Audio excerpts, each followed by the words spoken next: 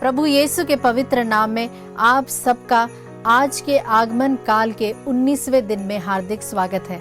आज का वचन सूक्ति ग्रंथ अध्याय 24 पद संख्या 10, जो कि इस प्रकार कहता है, यदि तुम विपत्ति के समय निराश होते हो तो तुम में शक्ति की बहुत कमी है। प्यारे मित्रों, आप इस वचन से क्या समझते हैं? कैसे जाने कि मैं कमजोर हूं या मजबूत हूं?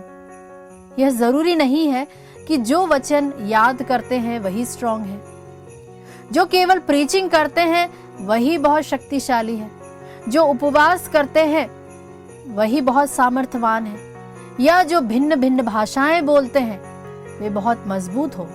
यह जरूरी नहीं। सच्ची मजबूती हमें तब पता चलता है जब समस्याएं आती है और हम उन समस्याओं का कैसे सामना करते हैं।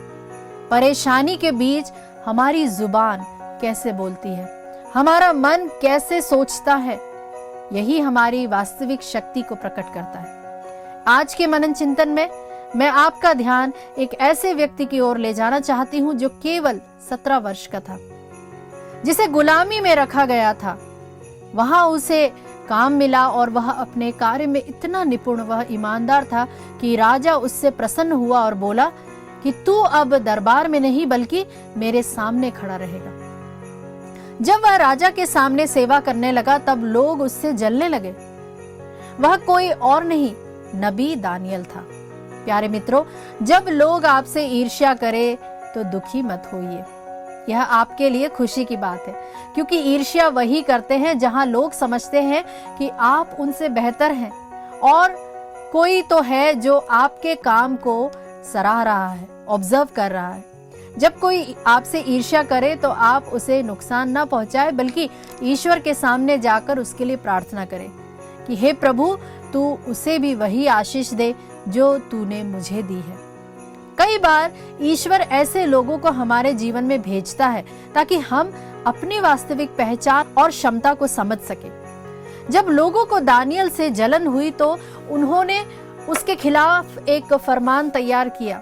उन्होंने उसकी एक ही बात को पकड़ा, वह अपने ईश्वर को छोड़ किसी और की आराधना नहीं करता था। वे राजा के पास गए और बोले, हे राजा, हम आपके राज्य में अत्यंत प्रसन्न हैं, इसलिए आदेश दीजिए कि 30 दिनों तक लोग केवल आपको प्रणाम करें। राजा ने यह बात मान ली और सबके लिए इसे लागू कर दी।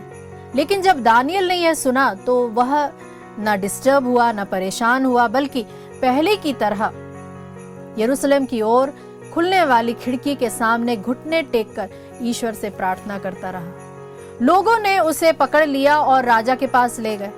राजा ने मजबूरी में कहा, इसने आदेश का उल्लंघन किया है तो इसलिए इसे शेरों की मांद में डाल दो। अगले दिन जब लोग उसकी हड्डियां देखने गए तो वे आश्चर्यचकित रह गए। दानियल शेरों के ऊपर सोया हुआ था। दानियल ने कहा, हे राजा, तू चिरंजीव रहे, तेरा राज्य युगानुयुग तक बना रहे। सोचिए, जिसने उसे मरवाने का आदेश दिया, दानियल उसी का सम्मान करता है। यही है सच्ची आत्मिक परिपक्वता। प्यारे मित्रों, ईश्वर के साथ जब हम चलेंगे तो शत्रु भी हमारे मित्र बन जाएंगे। हाँ प्यारे विश्वासियों, हम किसे अपना दुश्मन मानते हैं?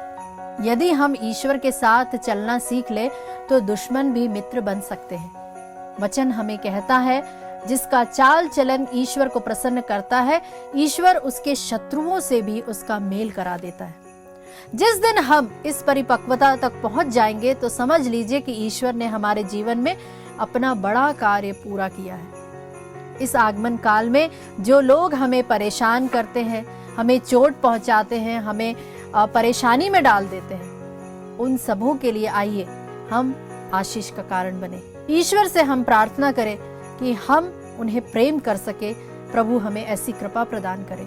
आइए हम सब मिलकर उनके लिए एक हे पिता और एक प्रणाम मरिया प्रार्थना करते हुए उनके सभी मतलबों को चढ़ाएं। जिस तरह से रोमियो का पत्र अध्याय 12 पद संख्या 21 कहता है कि तुम बुराई से हार ना मानो, बल्कि भलाई द्वारा बुराई पर विजय प्राप्त करो। प्यारे मित्रों, आज के आगमन प्रतीक के रूप में हम लेंगे उपहार, गिफ्ट, जिसका अर्थ है ईश्वर का सबसे अद्भुत वरदान है यीशु मसीह। आज के लिए हम वचन लेंगे। ईश्वर ने संसार से इतना प्यार किया कि उसने उसके लिए अपने इकलौते पुत्र को अर्पित कर दिया, जिससे जो उसमें विश्वास करता है उसका सर्वनाश ना हो बल्कि अनंत जीवन प्राप्त करे, जो कि लिया हुआ है यूहन्ना के सुसमाचार अध्याय 3 पद संख्या 16 से। प्यारे मित्रों, यदि यह संदेश आपके हृदय को छू लेता है या आपके जीवन से मेल खाता है तो कृपया नीचे दिए गए कमेंट बॉक्स में अवश्य लिखें। मैं आज का संदेश यही समाप्त करना चाहती हूँ। आपका दिन प्रभु में धन्य हो। आप सबों को पुनः मेरा प्यार भरा जय यीशु।